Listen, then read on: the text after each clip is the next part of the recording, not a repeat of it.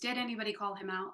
Like, was there any leadership on set that was like, hey, this is inappropriate? And you did say that the guy did let him know eventually, but personally, I would prefer that whoever is leading that set to nip that in the bud after the maybe first or second complaint, to be like, hey, this is the second time I've heard it. And just so you know, here's what's going to happen moving forward if that doesn't change. And I have come to terms with the fact I'm totally fine being the bad guy for the right reason. I have no issue with that. You brought up a scenario for me when I was on set of this guy who was too touchy feely for my liking. I'm cool hugging, but there's a certain point where you're just touching me too much. And so I was in the makeup chair getting my makeup done. I can't go anywhere. And he's coming behind me, rubbing my shoulders and doing all this stuff. And I like pulled out from under him and hoping he'd get it. And he didn't get it. So he came up, he's doing something, maybe playing with my hair or something. And I was like, okay, so and so you're too touchy feely for me. And he was like, what? I was like, you're too touchy feely for me. So he stopped, but I saw him being touchy feely with other girls. And I wondered, do they have it in them to stand up for themselves? Are they playing along with him or are they uncomfortable? Like, I don't actually know.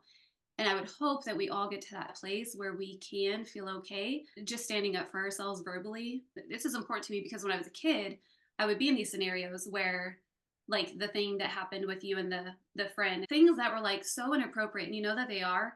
And in my brain, I'm like, that was not okay, but I don't know what words to say right now. There's nothing coming out of my mouth, but I know this is wrong. And I did actually tell the director of that set, I was like, hey, I don't need you to do anything for me, but I'm going to tell you because if another girl tells you the same thing, I want you to know that it's happened more than once. And so he kind of defended that actor, which fine, whatever. But if another girl comes up and says it, I want there to be like a little list. So if you guys experience something like that, at least take it to leadership so that there's a little list going of how many people may have the same concern. But yeah, Emily, I'm so glad you shared that because I think that probably happens way too often on sets. And I think this is why it's important for us to always operate in integrity and to keep our slate clean because someone Mhm. can come at you with an attorney. Someone can come at you for this. They can spread a rumor about you. But Yeah. if you're living the way that we should be living and you are not taking bribes and you're not like if you're not doing things that are corrupt, then people can expose things about you all they want. They're not going to find anything to expose about you. So keep always operate in integrity. Keep your name clear. Keep your reputation clear. I know there's a verse on it. What does it say? A good reputation is better than great riches. And that way we have no fear because fear comes from the secrets that we hold. Oh, someone's going to find me out. Someone's going to find me out. But when you don't have those secrets and you don't have to operate in fear, you can operate in boldness and you can get stuff done. Yeah. But yes, we absolutely do need to forgive. We do need to pray, not just gossip for the sake of gossip. If we're protecting our fellow neighbor, I wrote down or I had the definition of gossip, but basically it is something that's not confirmed to be true. So is it confirmed to be true? Like, let's make sure it is before we jump on a call and share something about somebody. Letitia. Earlier, like you had said something about I'm willing to be the bad guy if it's for the right reason, and somebody else said something like how it's natural to not like want to be the sour apple. Mm-hmm. And it just made me think of I forget exactly where it's at, but I want to say it was on Sermon on the Mount, like blessed are the peacemakers. Yeah. And I remember being in a church service once, or a church sermon that was kind of talking about that. And he was saying it says, blessed are the peacemakers, not blessed are peacekeepers. Sometimes we're afraid to like say something that'll rock the boat, Mm. but like we're called to for justice, for, for safety, for peace, for the Lord. And like you said, if it's for the right reasons, then it's not being a bad guy as in a lack of an integrity and good intention way. It's ultimately to love. Sometimes being the bad guy or the sour apple, if it's done in love, Mm-hmm. it's to protect everybody. And I feel the Lord growing me big time and at least thinking about how to be willing to stand up to confrontation that I'm called to, that's needed Yeah. in a way that's loving and not back down just because I'm afraid to rock the boat when I know in my heart, my spirit, something's really wrong. Yes, and I'm so glad you brought that up, Letitia, because that was another one of the things that I was thinking about was if we know that there's something going on and we're not going to say anything because we don't want to seem like a gossip, because we're afraid of what people might think of us and we don't want to share, I would say that leans more towards the I'm being selfish and I care what people think of me more than I care about protecting my neighbor. if you're willing to stand up and you're willing to be like, oh, this is uncomfortable, because I'll tell y'all, the person that I said, like, you're too touchy feely for me, it is someone who's further along in their career than me. It may cause strife between us, but between me and the actor, but also it may protect other girls. And I don't care if it does something to my career, if it's going to help the other people. So are we more concerned about how we look and how we feel and what people will think of us, or are we more concerned about our neighbor and helping them? So that's something to think about. So Letitia, I'm so glad that you said that. Emily. It's good for women to stand up and stand up for themselves.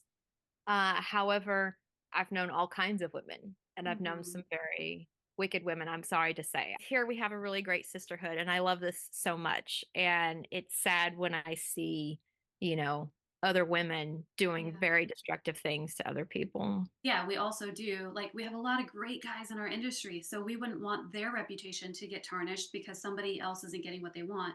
So they decide to bring them down. Leadership or authority. And I like that you use that word authority, because so often we see authority and we're like, oh, I don't have a right to speak to them, or somebody else is going to have to address it with them, like the AD or whatever. But if there's no one standing in that gap to go speak to that person in authority, it's okay for us to step into that leadership position for a period of time to create the outcome that needs to be created, and then go back to being whatever you are, your actor, your crew, whatever. But if the leader isn't leading, fill that gap for the others if you need to. And if it costs your job, I mean, that's the hard part.